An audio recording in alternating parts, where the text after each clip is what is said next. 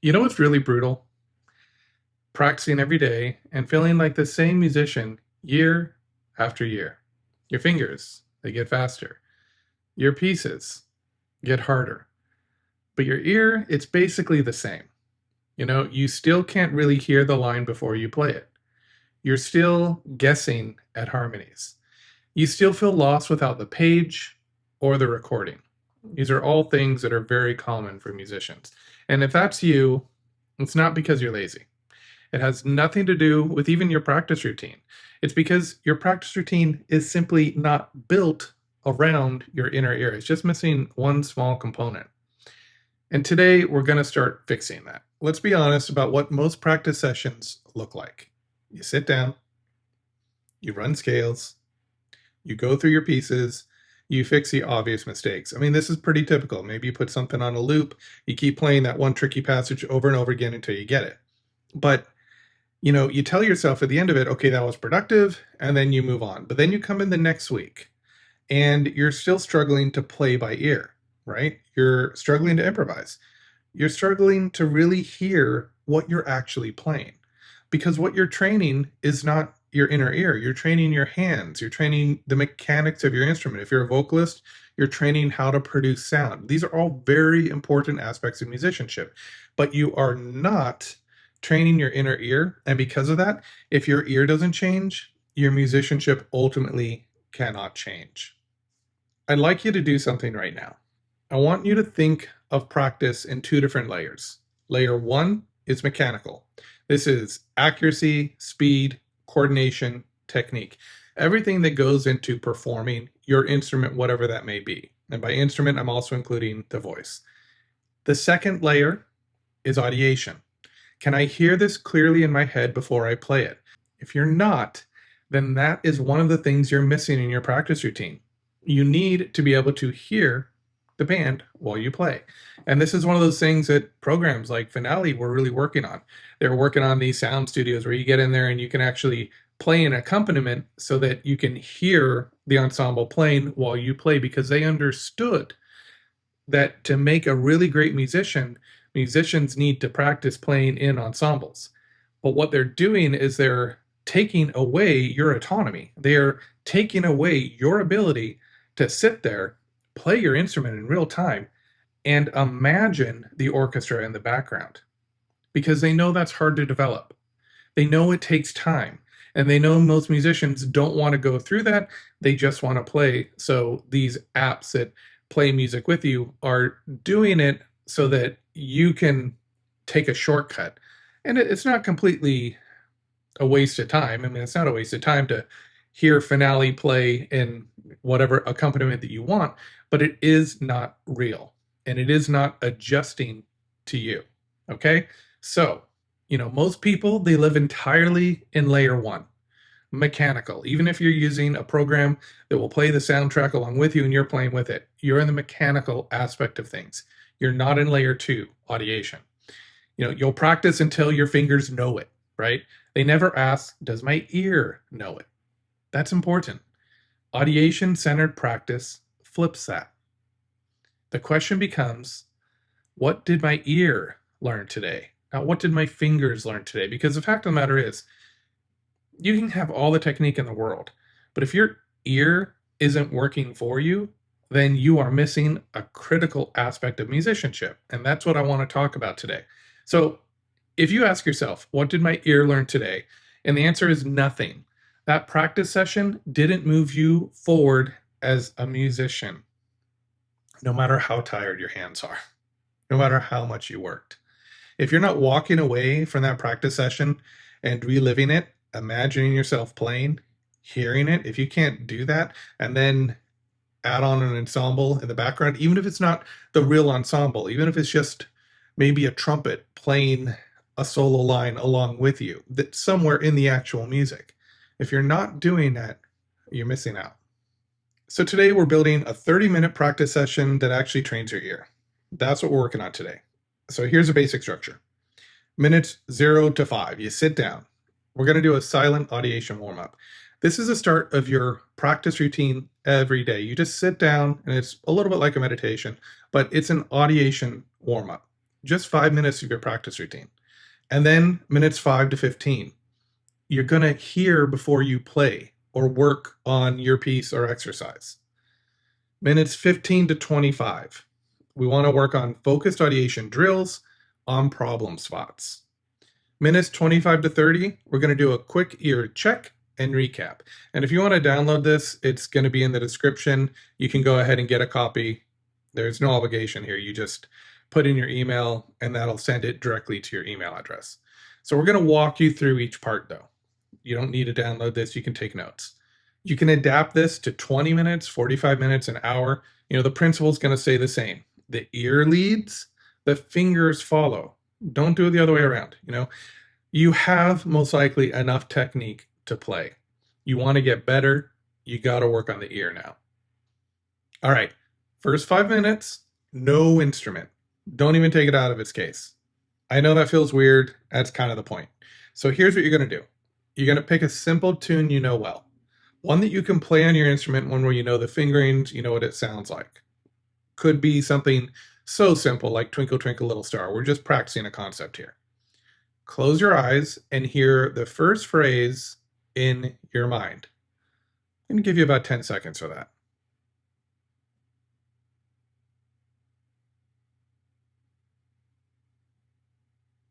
Okay, now hear it one step higher. Can you do that? If you need more time, pause the recording. Now, you can pause the recording after I say this. Try and hear it one step lower. If that's easy, try hearing it slower. As slow as you can. Get it so slow that you really have to focus on the tempo. Try it with a metronome, right? Try and go 32 beats per minute, really slow. And then try and hear it faster. 86, 120, 232. Your brain shouldn't have an issue playing it extremely slow or lightning fast. Do you realize that? You should be able to imagine anything in your mind. And imagining it is the first step to playing it. Okay? This is critical. A lot of the things that we have in music are limitations by what we can comprehend and what we can hear. It's not necessarily your fingers, but if your brain isn't keeping up with the processing of the musical data, you're not going to be able to perform at a really high level. You've got to hear it and play it. That's what you're missing in your technique. If you're not hearing while you're playing and then hearing the ensemble while you're playing, then when you're with a live ensemble, really hearing the ensemble, that's what you're missing. It's a combination of ear training and audiation. But ear training only trains, this is a perfect fifth, major third, this is a fourth scale degree. It trains specifics. Audiation trains the creativity in your mind. So you could also try and hear a major triad. Then we did this last week. Lower the third to make it minor, right? Hear a scale ascending, then descending, without moving a muscle. You just hear bum bum bum bum bum bum bum bum bum bum bum bum bum bum bum. I'm not a singer, but you can do that in your mind using any instrument that you can come up with. These 5 minutes are just stretching your inner ear. It's just a warm-up, it's a stretch. If you skip this, you're walking into your practice cold. You're hoping your ear wakes up on its own, but it won't wake up on its own. You need to prime it. So that is the first part of your routine. Just 5 minutes, a silent audiation warm-up. All right, we're now in minutes 5 to 15. It's your next 10 minutes. Now you pick up your instrument. And if that's your voice, it's already there. So take whatever you're working on, a piece, an etude, or a progression. Doesn't matter, but here's the rule. You're not allowed to play a phrase until you've heard it in your head first. So you go one phrase at a time. You hear that first phrase, then you play it. You hear the second phrase, then you play it. But you have to hear it in your mind. And if it's fuzzy or not quite clear, or you play an instrument with multiple notes like a piano, something like that, you hear the essence of it, because it starts by just trying to hear something. And the more you practice this and the more you go through this, and if you go kind of step by step, the audiation will get clearer and clearer and clearer. But it's a talent and it's a skill. Audiation is a skill. Just like you could practice the same thing as Wynton Marsalis and never be Wynton Marsalis. You could do his practice routine with him, And you would never be him because he's his own unique individual with his own unique talents, right? But if you practice his routine, you'd be better than you would be without. You get it? So you got to practice, right? But the rule, it's simple. You can't play it until you've heard something in your head, anything. Pick a small chunk, 1 bar, 2 bars, a short phrase. Look at it and recall it. Hear it internally first. Don't even get a note on your instrument. That'll most likely be wrong because you don't have perfect pitch, and that's fine. You don't even want to get the starting pitch. You just want to hear it. There's some logic behind that. We'll talk about that another time. But just don't worry about the absolute pitch. Just think relative pitch. If you can't hear it, you just don't get to play it yet. It's that simple. You slow down, you simplify, you wait until the inner ear is leading. This feels slower at first, and you may not be able to touch your instrument the first day. That could happen, or the first few days. But eventually, if you are holding your instrument and every day you're trying to do a little bit of audiation and you can't do it at first, eventually you will be able to do it. It will catch up with you. And that's what we're working towards. We're not looking for a concert quality sound right now. That comes much later. And it's something that you have to really work on. It's not even necessary. We're just listening for something. And it's going to be slow at first, but it's a difference between memorizing shapes and actually knowing what the sound is.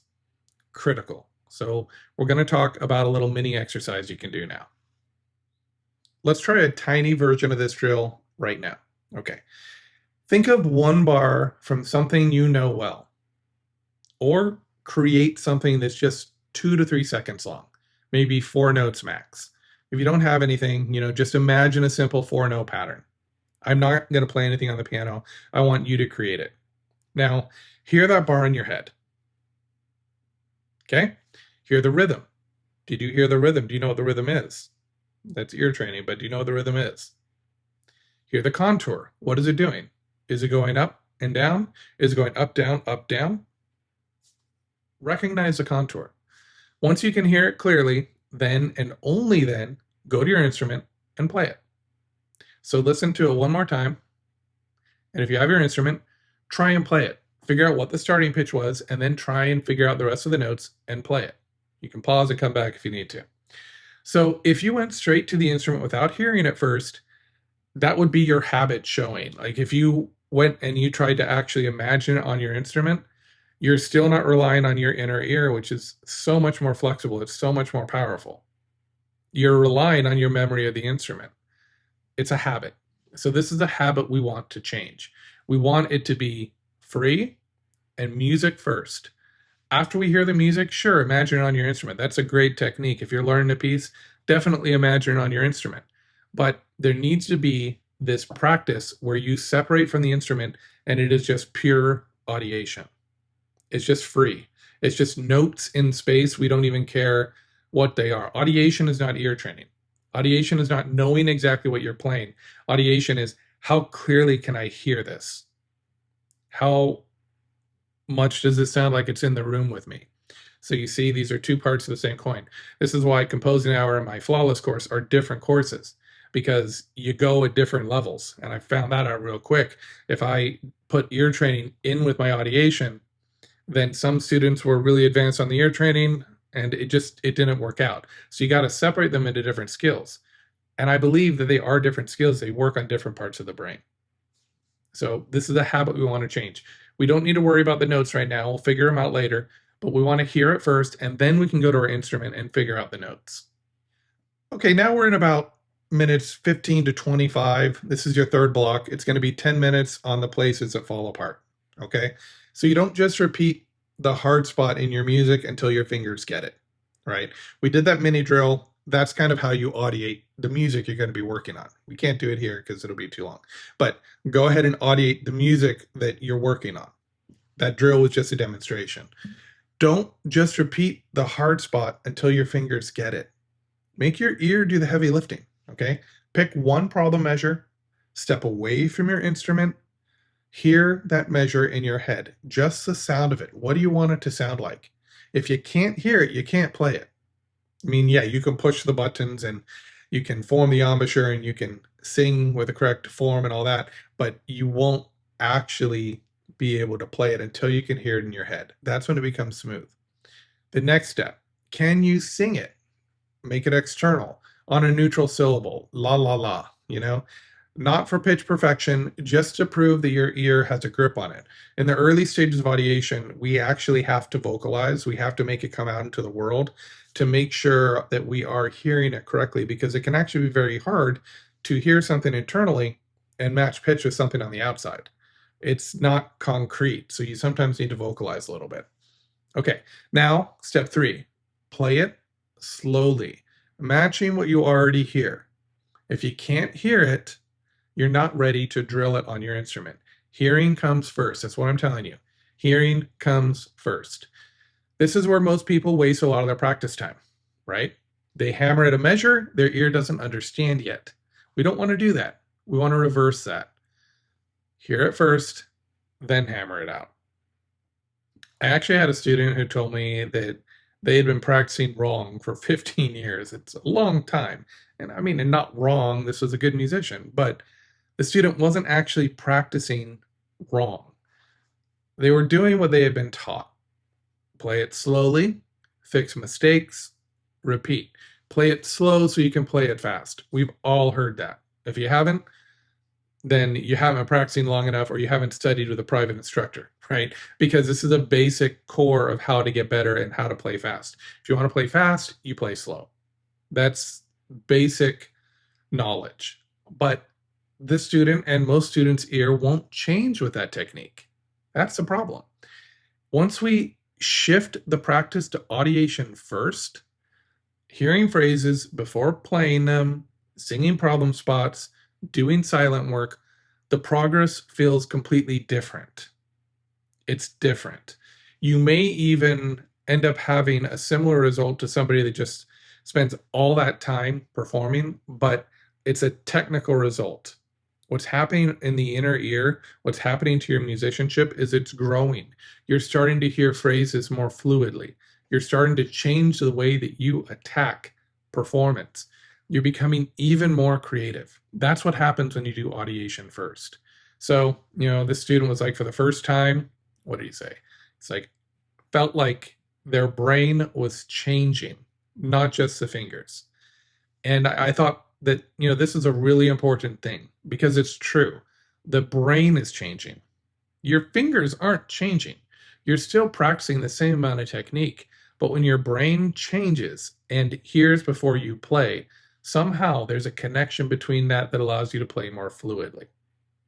Nothing's a surprise anymore. You perform with more confidence. It's really amazing. And that's what you're aiming for. Last 5 minutes. You check if your ear actually learned anything. How do you do this? It's simple. Pick a phrase you worked on today or in your practice session. Step 1, walk away from your instrument. Literally take a step back. Go into a different room. Don't always practice in the same place. Look at different corners of your room if you have a practice studio, but go somewhere different. Hear the phrase in your head in this new location, beginning to end. Then ask yourself 3 questions. Is it clearer than it was at the start of the session? Is your audiation better? Can I hear the rhythm more precisely? That's question 2. Question 3, can I feel the harmony or the shape more strongly? And if there is no harmony because you play a single line instrument, can I hear implied harmony if I try? Doesn't have to be clear. So again, you can get this in the description. If you click that link, then you'll be able to go download a simplified version of this so you can use it in your sessions. But if the answer is yes, you can hear all 3 of these things, then your ear improved. It's clear as day. Even if it was just a little bit, your ear improved. You got a tiny bit better. And success is made with millions of little cuts. It's not one giant leap up a mountain. It's millions of little steps that get you to the top. Yeah, millions is a lot, right? If the answer is no, that's feedback, not failure. You didn't fail. It is telling your brain what to focus on. Because what often happens here is the brain's dumb. if you don't point it in the right direction, whatever you did, it will continue to do and continue to get better at. So if you teach it to fail and you view it as a failure, it won't distinguish it as a failure or a success. It will just say, I failed, but I'm going to keep doing that because that's what we practiced today. So you have to ask these questions and put the intention in the exercise so that then when you come back the next day, your brain's like, oh, we're doing this again, but this is our goal. You need to make the goal part of your existence. That's how you get better. So you adjust tomorrow's practice so it's even more audiation focused. Every day you ask these 3 questions and your audiation focus becomes more and more prevalent, and eventually your brain figures it out. I want to say this directly. If you've been practicing consistently and your ear hasn't improved, you're not lazy or untalented. And musicians often think this. They often think if they have a bad performance or a bad practice session or a good practice session, it affects their sense of self-worth. And not everybody does this, but it's very common. I see it all the time. And if you're one of those, just know that it is just an experience that you're having, and it doesn't have value on you as a musician or a person. And that second part's really important. But it does probably mean you've been practicing in a way that ignores your ear and your inner ear. Now, that doesn't mean that you're learning a new piece and you failed to learn it because of your inner ear. But it does mean that if your ear isn't improving, you're not focusing in the right way on developing the inner ear. Are you hearing first and then playing? If not, that's why your ear is not improving. It's that simple. It really is. And you've been training your hands and hoping that your brain is going to follow. And it's just not going to do that. Your hands will create a sort of robotic memory. We all know this. If we had to think about every single note we played in a Rachmaninoff sonata, we wouldn't be able to do it. We would be thinking about too much information. What happens is we have finger memory, muscle memory that remembers where to go. But then on top of that, in order to interpret it and control that muscle memory, we need to have an internal memory of the event we're going to play so that we can shape it and make it as performance ready as possible. And I mean, that's how you move audiences. It comes from within. It truly does. It's not just this line made me feel emotional. That's an emotion which is fine to have when you're performing, and it's probably even a good thing, but it's different when you're sitting there and the performance is coming from within your mental image of it. You're controlling everything, the time, the pacing, the crescendos. When you can hear it, you can replicate it. That's what I'm getting at. So audiation-centered practice, it flips all this.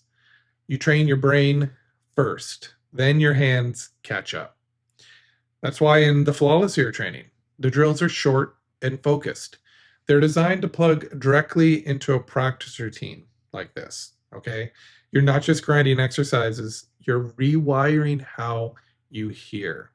That's what we're trying to do here. There's one more problem we have to deal with, but I just want to say something real quick. If you want a ready-made structure for this and you don't want to go your own, you can go your own way. But that's what the Flawless Ear Training course is built for. You can take 1 or 2 drills from the course and drop them straight into that 5 to 10 minutes of your practice routine. I generally tell you not to do that, but if it's for the purpose of your practice routine here to audiate, take the first couple minutes when we do a meditation and use that for your 5 to 10 minutes of your opening practice routine. You do silent audiation, you can do interval or chord hearing, or melodic patterns that you hear first and then play. So you can actually use the Flawless in some pretty creative ways. And if you're a composer, this really becomes even more powerful. In the composing hour, which is the other side of the coin, it's the audiation side of it, we take the same audiation first approach and apply it to your own music. But we have to build up to that first. You'll start hearing phrases away from your instrument right away through these guided sessions. You test them, and then you refine them with feedback you're giving yourself. I'm guiding you and telling you what to ask, but you are giving yourself the feedback. And so your practice time, it isn't just getting through pieces, it's building an ear that can actually create. So I said there was one more problem we have to deal with. And so even if you restructure your entire practice around audiation, you might still be stuck using ear training methods that don't actually change your inner hearing. You've probably seen this. You've got apps that drill isolated intervals, quizzes where you click the right answer. You don't click in music. So exercises that make you good at a test, but not at real music. Do you see the issue here? A lot of these ear training programs, they are not presenting it in a way you would actually use it. If you're clicking an answer, that is feedback, but it's not the feedback you need to get better at your instrument and to become a better musician. We'll talk more about this later. But if ear training worked the way it's usually taught, you wouldn't be watching this video. So in the next episode in this playlist, we're going to talk about why you did all the ear training and still can't really hear, the difference between recognizing a sound and actually thinking in sound, very important, and what audiation-based ear training does differently. These are the three things that we're going to be talking about. And if you're watching this inside the Audiation in Your Ear Training playlist, that next episode, you did all the ear training and still can't hear, here's why. It's going to be sitting right after this one. But before you click it, I want you to do something. I want you to put in a little bit of exercise time here. So take your next practice session, just one practice session, and spend the first 5 minutes in silence. Train your inner ear. If you do that even once, you'll feel the difference. It sets the stage for your whole practice. It centers you, it calms you, it gets you ready. And in the next episode, we're going to fix a broken ear training model that's been holding you back. So that's what I'm doing here is I've got these courses. I love if you could take them. I love when you give me feedback and let me know how it's working, but you don't have to. You can just follow along with this. And I'm going to tell you the principles behind everything, but the implementations in the courses, because the implementation requires so much effort and so much thought that it really needs to be structured, well thought out, and step by step. And that is something that takes a lot of time. So that's the thing that is kind of behind the wall over there in UreMusic.com. But you can go ahead and watch these and create your own practice routines. So I'll see you next time. Thanks for joining me. Make sure you subscribe and like or hype this if you found it helpful. That'll help other people find it as well, which helps everyone. All right. Thank you.